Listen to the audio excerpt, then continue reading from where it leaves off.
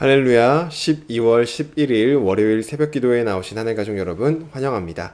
우리 사도신경 하심으로 우리의 신앙을 고백하겠습니다. 전능하사 천지를 만드신 하나님 아버지를 내가 믿사오며 그 외아들 우리 주 예수 그리스도를 믿사오니 이는 성령으로 잉태하사 동정녀 마리아에게 나시고 본디오 빌라도에게 고난을 받으사 십자가에 못 박혀 죽으시고 장사한 지 사흘 만에 죽은 자 가운데서 다시 살아나시며 하늘에 오르사 전능하신 하나님 우편에 앉아 계시다가 저리로서 산자와 죽은 자를 심판하러 오시리라. 성령을 믿사오며 거룩한 공회와 성도가 서로 교통하는 것과 죄를 사하여 주시는 것과 몸이 다시 사는 것과 영원히 사는 것을 믿사옵나이다. 아멘. 우리 찬송가 28장 복의 근원 강림하사 함께 찬양 드리겠습니다. 찬송가 28장 복의 근원 강림하사 함께 찬양 드리겠습니다. 찬송가 28장입니다. 복의 근원 강림하사 찬송하게 하소서. 한량 없이 자비하심 측량할 길 없도다.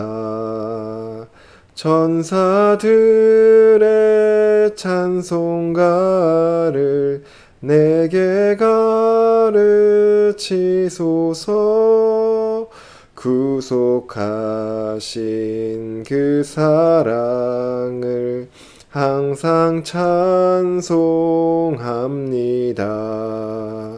주의 크신 도움받아 이때까지 왔으니 이와 같이 천국에도 이르기를 바라네. 하나님의 품을 떠나 죄에 빠진 우리를 예수 구원하시려고 보혈 흘려 주셨네. 주의 귀한 은혜 받고 일생 빚진 자 되네. 주의 은혜 사슬 되사 나를 주께 매소서.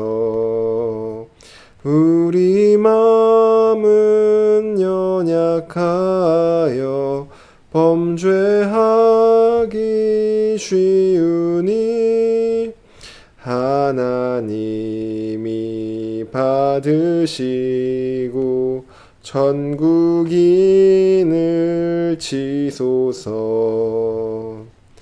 아멘. 오늘 우리에게 주신 하나님 말씀 욥기 34장 1절에서 30절까지 말씀입니다. 오늘 아침 우리에게 주신 하나님 말씀은 구약성경 욥기 34장 1절에서 30절까지 말씀입니다. 욥기 34장 1절에서 30절까지 말씀입니다. 제가 가지고 있는 성경 구약성경 794쪽에 있습니다. 다 찾으신 줄로 알고 우리 한 목소리로 오늘 아침 우리에게 주신 하나님 말씀 합독하도록 하겠습니다. 1절입니다. 엘리후가 말하여 이르되 지혜 있는 자들아 내 말을 들으며 지식 있는 자들아 내게 귀를 기울이라. 입이 음식물의 맛을 분별함 같이 귀가 말을 분별하나니 우리가 정의를 가려내고 무엇이 선한가 우리끼리 알아보자. 욥이 말하기를 내가 의로우나 하나님이 내 의를 부인하셨고 내가 정당함에도 거짓말쟁이라 하였고 나는 허물이 없으나 화살로 상처를 입었노라 하니 어떤 사람이 욥과 같으랴. 욥이 비방하기를 물 마시듯 하며 악한 일을 하는 자들과 한패가 되어 악인과 함께 다니면서 이르기를 사람이 하나님을 기뻐하나 무익하다 하는구나. 그러므로 너희 총명한 자들아 내 말을 들으라. 하나님은 악을 행하지 아니하시며 전능자는 결코 불의를 행하지 아니하시고 사람의 행위를 따라 갚으사 각각 그의 행위대로 받게 하시나니 진실로 하나님은 악을 행하지 아니하시며 전능자는 공의를 굽히지 아니하시느니라. 누가 땅을 그에게 맡겼느냐? 누가 온 세상을 그에게 맡겼느냐? 그가 만일 뜻을 정하시고 그의 영과 목숨을 거두실진대 모든 육체가 다 함께 죽으며 사람은 흙으로 돌아가리라. 만일 내게 총명이 있거든 이것을 들으며 내 말소리에 귀를 기울이라.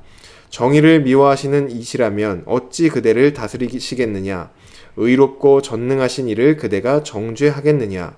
그는 왕에게라도 무용지물이라 하시며 지도자들에게라도 악하다 하시며 고관을 외모로 대하지 아니하시며 가난한 자들 앞에서 부자의 낯을 세워주지 아니하시나니 이는 그들이 다 그의 손으로 지으신 바가 됨이라.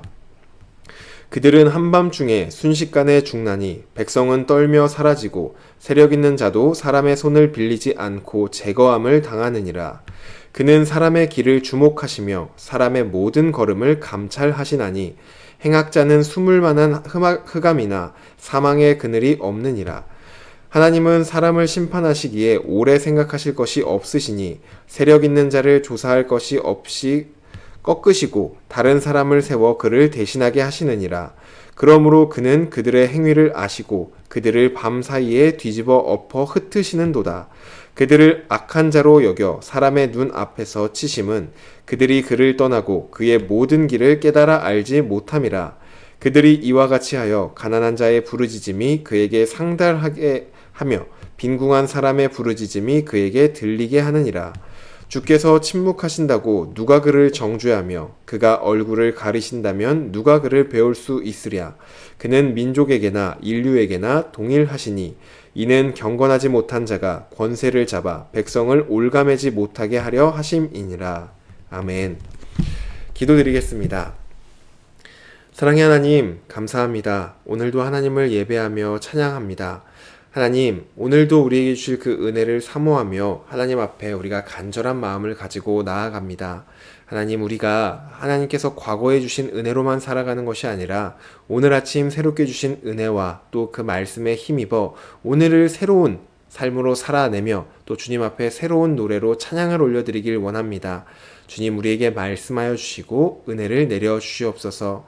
하나님께서 하실 일을 기대하며 주님만을 사모하며 나아갑니다. 주님, 우리의 몸과 마음, 우리의 모든 것들 받아 주시옵소서. 감사드리며 예수님의 이름으로 기도드립니다. 아멘. 할렐루야. 오늘 우리 함께 읽은 욥기 34장 1절에서 30절 말씀으로 함께 하나님 말씀 나누고자 합니다. 네, 오늘 우리가 함께 읽은 욥기 34장은 욥의 세 친구 엘리바스, 빌닷, 소발 이 세 친구 외에 다른 한 인물인 엘리후의 말입니다. 엘리후는 처음부터 끝까지 욥이 세 친구들과 하는 대화를 가만히 듣고 있었습니다. 그리고 마침내 세 친구들의 말이 끝나고 또 욥이 끝까지 자신의 무죄함을 주장하는 것을 보고 화를 내며 말하기 시작합니다. 특별히 오늘 우리가 함께 읽은 이 말씀은 자신의 무죄함을 끝까지 주장하는 욥을 반박하며 하나님을 변호하려는 엘리후의 말입니다. 1절에서 4절 먼저 보시면 엘리후는 먼저 지혜 있는 자들을 이 언쟁의 자리로 초대하고 있습니다. 그는 지혜자들에게 와서 직접 들어보고 누가 맞는지 직접 판단해 보라고 말을 합니다. 이것은 자신은 결코 틀리지 않았다라는 확신에서 나오는 그러한 초대였습니다. 그리고 엘리후는 이처럼 사람들을 초대한 이후에 본론으로 들어가 욥을 비난하기 시작합니다. 5절부터 9절 말씀입니다. 엘리후는 욥이 지나가듯 말했던 말을 다시 한번 거론합니다. 욥이 말하기를 내가 의로우나 하나님이 내 의를 부인하셨고 내가 정당함에도 거짓말쟁이라고 하였고 나는 허물이 없으나 화살로 상처를 입었노라. 이렇게 말했다고 엘리후가 주장합니다. 물론 엘리후가 지금 말했던 말들은 욥이 했던 말들이 맞습니다. 그런데 이것은 약간의 언론 플레이와 같이 욥이 탄식하듯 가볍게 말했던 그러한 말들조차 마치 욥을 향해 욥이 하나님을 비난한 것처럼 아주 과하게 확장해서 지금 얘기하고 있는 것입니다. 예를 들어 이런 것입니다. 제가 뭐 식당에서 밥을 사 먹었는데 국을 이렇게 조금 먹어보니까 국이 조금 짠 것입니다. 그래서 같이 밥을 먹으러 온 사람에게 아, 여기 국이 조금 짠 것 같아. 이렇게 말을 했다고 한번 가정을 해보시길 바랍니다. 그런데 제가 앞에 있는 사람에게 여기 국이 조금 짠 것 같아. 이렇게 말을 하고 있는데 옆 테이블에 앉아있던 사람이 그 말을 듣더니 갑자기 사장님을 부르는 겁니다. 사장님, 이 사람이 대체 무슨 정신으로 이런 음식을 만들었냐고 그러고 있습니다. 도무지 사람이 먹을 수 없게 너무 짜게 만들었다는데 이걸 누구 먹으라고 이렇게 만들었냐고 지금 따지고 있습니다. 이렇게 말을 하는 것과 비슷한 것입니다. 제가 앞 사람에게 뭐 사장님에게 따질 마음도 없이 그냥 여기 국이 조금 짠 것 같아 이렇게 말했던 것도 아주 크게 확장해서 큰일이라도 난 것처럼 이렇게 얘기하는 것이죠. 마찬가지로 욥이 자신의 고난과 또 하나님의 응답하지 않음을 보며 탄식하듯 답답한 마음에 하나님께 투정 부릴 듯 한 말을 마치 욥이 하나님을 적극적으로 대적이라도 한 것처럼 욥의 말을 지나치고 과하게 지금 해석하고 있는 것입니다. 또 엘리후는 욥이 하지도 않은 일을 했다고 말을 합니다. 7절부터 보시면 욥이 비방하기를 물 마시듯 하며 악한 일을 하는 자들과 한패가 되어 악인과 함께 다니면서 사람들이 하나님을 기뻐하는 것이 과연 무슨 소용인가? 그것은 아무런 가치가 없는 일이다. 이렇게 말했다고 얘기를 합니다. 욥은 악인들과 함께 무리를 이룬 적이 없습니다. 그는 하나님께 탄식은 하였지만 하나님을 비방하기를 물 마시듯 하지도 않았었고 또 악인들처럼 하나님을 기쁘게 하는 게 무슨 소용이야? 아무런 가치가 없는 일이다. 라는 생각도 적극적으로 이렇게 얘기하지 않았습니다. 그럼에도 엘리후는 욥이 했던 말들을 요목조목 증거로 제시하며 욥을 지금 정죄하고 있는 것입니다. 이후 엘리후는 욥을 정죄하는 근거를 말하기 시작합니다. 총 3가지 근거를 얘기하는데 첫 번째 근거는 10절부터 12절에 나와 있습니다. 이것은 지금까지 욥의 세 친구들이 계속해서 욥에게 말해왔던 인과응보의 하나님에 대한 얘기입니다. 엘리후도 욥의 세 친구들과 다를 바 없는 얘기를 욥에게 시작합니다. 하나님은 악을 행하지 않으시며 결코 불의를 행하지 않으신다. 하나님은 사람의 행위에 따라 그것을 갚으시는 분이시다. 이렇게 욥에게 엘리후가 얘기를 합니다. 욥의 세 친구들이 계속해서 말했던 것처럼 엘리후도 욥이 고난을 받는 이유는 욥 당신이 악을 행했기 때문에 행위에 따라 갚으시는 하나님께 벌을 받고 있는 것입니다. 라고 지금 말하고 있는 것이죠. 자신은 불의하지 않음을 계속해서 말해왔던 욥에게 너가 불의하지 않다면 너가 지금 의롭다고 말을 하는 것인데 그런 의로운 너에게 하나님께서 벌을 주신다면 그것은 하나님이 불의하신 것 아니냐. 그런데 하나님은 불의한 분이 아니라 의로운 분이시니까 너가 불의한 것이다 라고 지금 엘리후가 말하고 있는 것입니다. 엘리후는 이번엔 새 친구들의 입장이 아닌 욥의 입장을 빌어 욥을 정죄하기 시작합니다. 두 번째 내용인데 13절에서 20절까지의 말씀입니다. 엘리후는 여기서 하나님의 전능하심과 또 하나님의 절대적인 주권, 하나님의 주인됨에 대해서 말하고 있습니다.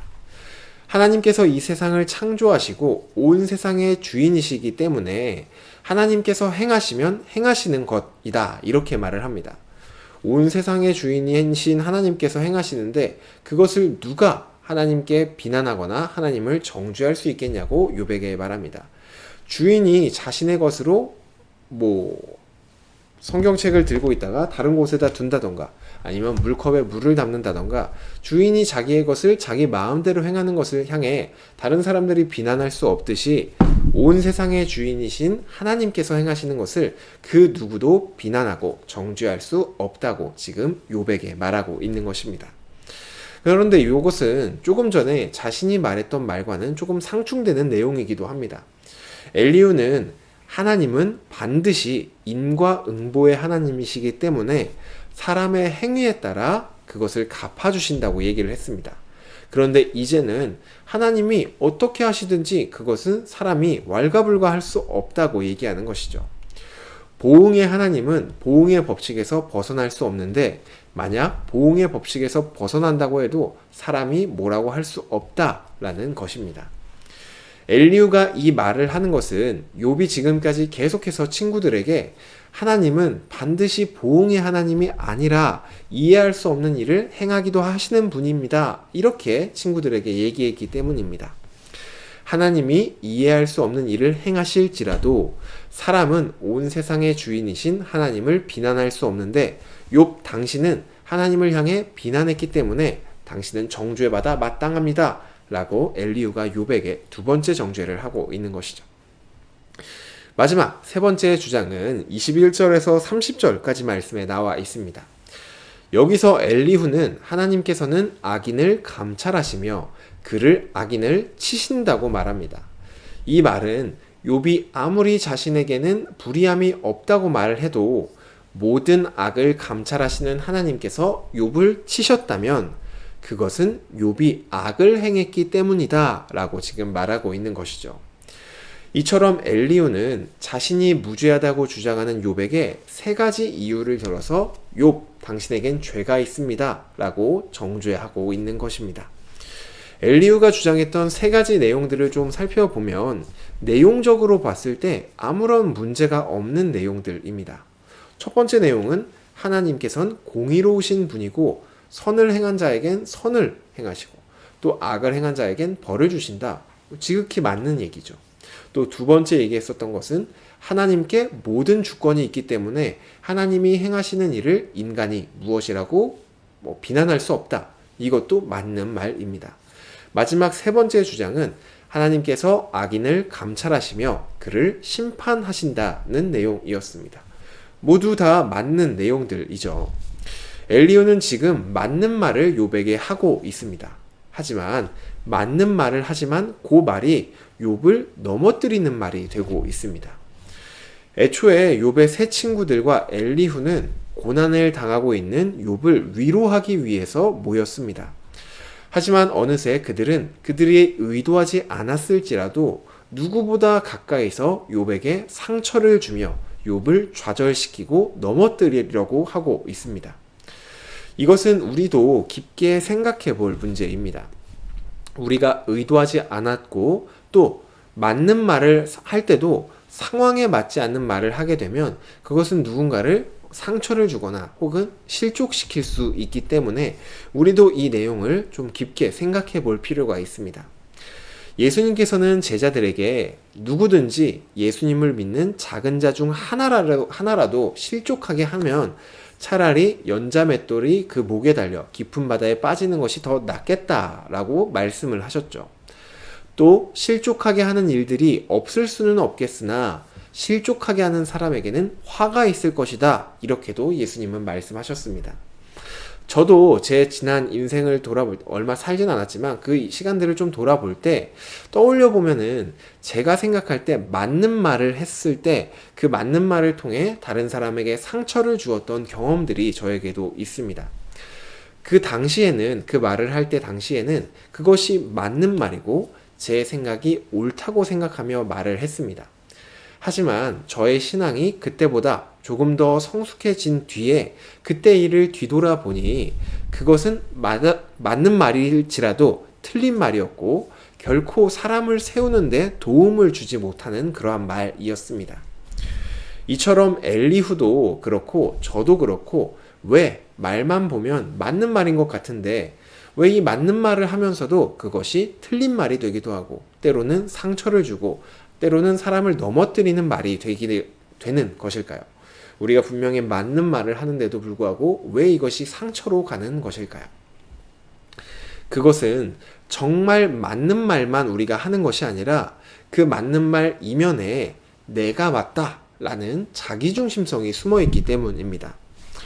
저는 자기중심성이 숨어있지 않는 바른 말씀이 전해질 때는 그것은 상처와 실족이 아니라 한 사람을 다시 일으켜 세우고 바른 길로 인도하는 말씀이 된다고 생각을 합니다. 하지만 자기중심성이 숨어있는 말은 아무리 맞는 말일지라도 사람을 세우지 못하고 오히려 넘어뜨리는 말이 된다고 생각을 합니다. 따라서 우리가 무엇을 말할 것인가도 분명히 중요하지만 그보다 더 중요한 것은 그 말 안에 내가 맞다는 자기중심성이 숨어 있는지, 아니면 정말로 그 사람을 돕고 위로하고자 하는 하나님의 마음이 담겨 있는지, 그것이 더 중요합니다. 내용적인 것도 중요하지만 그 내용 이면에 내 자기중심성이 담겨 있는지, 아니면 하나님의 마음이 담겨 있는지, 그 마음이 더 중요하다는 것이죠. 드러나는 말이 아니라 담긴 마음이 더 중요하다는 것입니다. 하늘가족 여러분, 우리 공동체에 간절히 바라는 것이 있다면 우리 공동체는 항상 자기 중심성을 한켠에 숨겨두고 말하는 것이 아니라 하나님의 마음만을 품고 말하는 그러한 공동체가 되기를 간절히 소망합니다. 그래서 우리 공동체의 말에는 하나님이 주시는 힘이 있고, 또 하나님이 주시는 능력이 있고, 하나님이 주시는 위로가 있는 말만 우리 공동체의 입술에서 나오기를 간절히 소망합니다.